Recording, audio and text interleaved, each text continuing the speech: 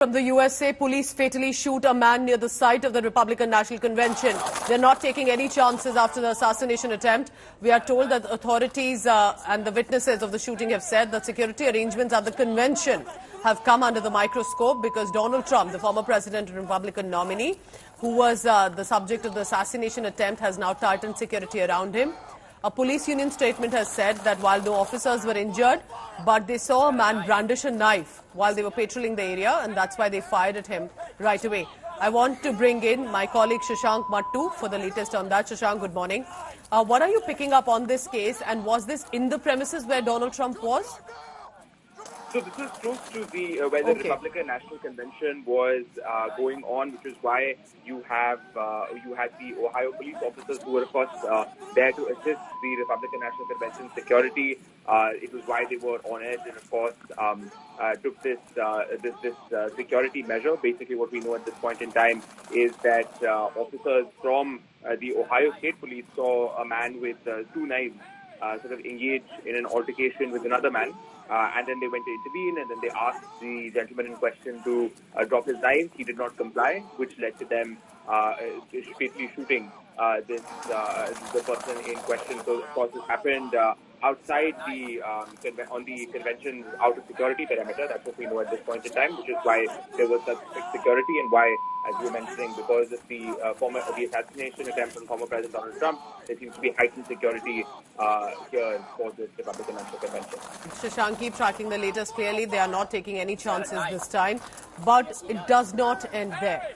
The details that we have coming in from the Donald Trump assassination attempt that was survived, as you look at these visuals, is what exactly happened, and can there be a possibility again? Fire! He's got a knife. Yes, he does. Hey! Stop! Drop the knife! Drop your knife! Drop the knife! Please! Drop your knife! Drop the knife now! Drop it now! Fire! Meanwhile, with regard to Donald Trump, an Iran mention has come in, and how? The Secret Service has intensified security measures around Donald Trump, and following some intelligence reports that there could be an Iranian plot, possibly, to assassinate former President Donald Trump, and who could be the future president too of the USA. While there is no known connection to the recent shooting incident that took place, no ties have been found between the suspect shooter who was shot at and Iran. But the Secret Service has warned previously as well that there are potential threats against Donald Trump. In response, they have significantly amped up the security situation around him. But what has happened precisely is that it looks like that there appears to be threats from Iran also coming in against Donald Trump. Incumbent President Joe Biden, meanwhile, has urged Americans to reject political violence, but he's also said that the political temperature ahead of elections need to be lowered down, and that there is no space for extremism. I'm truly honored to be here to meet at this tense moment in this country, and it is a tense moment. Just a few days after the assassination attempt on Donald Trump, we're grateful he was not seriously injured. We continue to pray for him and his family. It's time for an important conversation in this country. Our politics has gotten too heated. I've said in the Oval Office on Sunday night, as I made clear throughout my presidency, we all have a responsibility to lower the temperature and condemn violence in any form.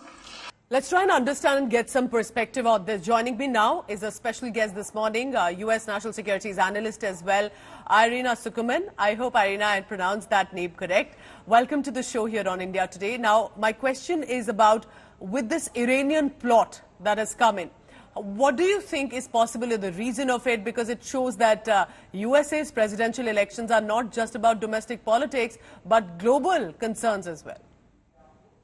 Thank you so much. The only thing surprising about this development is that it's a surprise to anybody.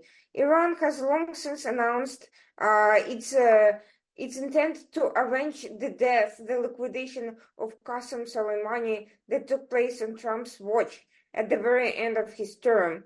And since then, there have been numerous plots to take out Trump as well as senior officials responsible for Iran policy from his administration, and that is why not only Trump but several of his former foreign policy officials were receiving Secret Service and other security protection throughout Biden's term.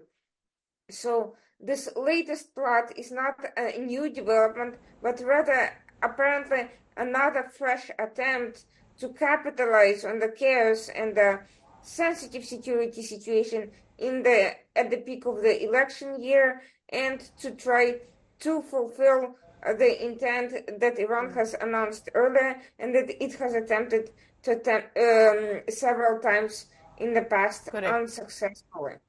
Irina, how do you look at the reaction coming in from Joe Biden too, when he says that we are united in this, but the political temperature needs to be brought down and that there is no scope for extremism, we cannot indulge in political violence? How and why do you think this statement has come in from Joe Biden? Well, he's got a point. Indeed, the rhetoric on both sides has been escalating now for years. There has been extremely dehumanizing rhetoric on both sides. On the one hand, Trump himself has previously whitewashed or if outright condoned potential violence against political opponents. On the other hand, many of the Democratic and left-leaning commentators compared Trump to Hitler and also considered violence against him and supporters justifiable out loud, including, by the way, following this assassination attempt. And this sort of environment certainly encourages people who are already inclined towards violence to take up further aggression. It certainly can contribute to that sort of mindset, for sure. But there are also other factors. I think the multiplicity of threats coming in is contributing to this environment as well. And I don't think Biden was thinking only of his own tensions with Trump, but also of these threats as well. All right. Irina, I appreciate you joining us with the perspectives and to tell us and help us understand what's unfolding there in the USA. And we'll come back to you and have more conversations soon. Thank you very much.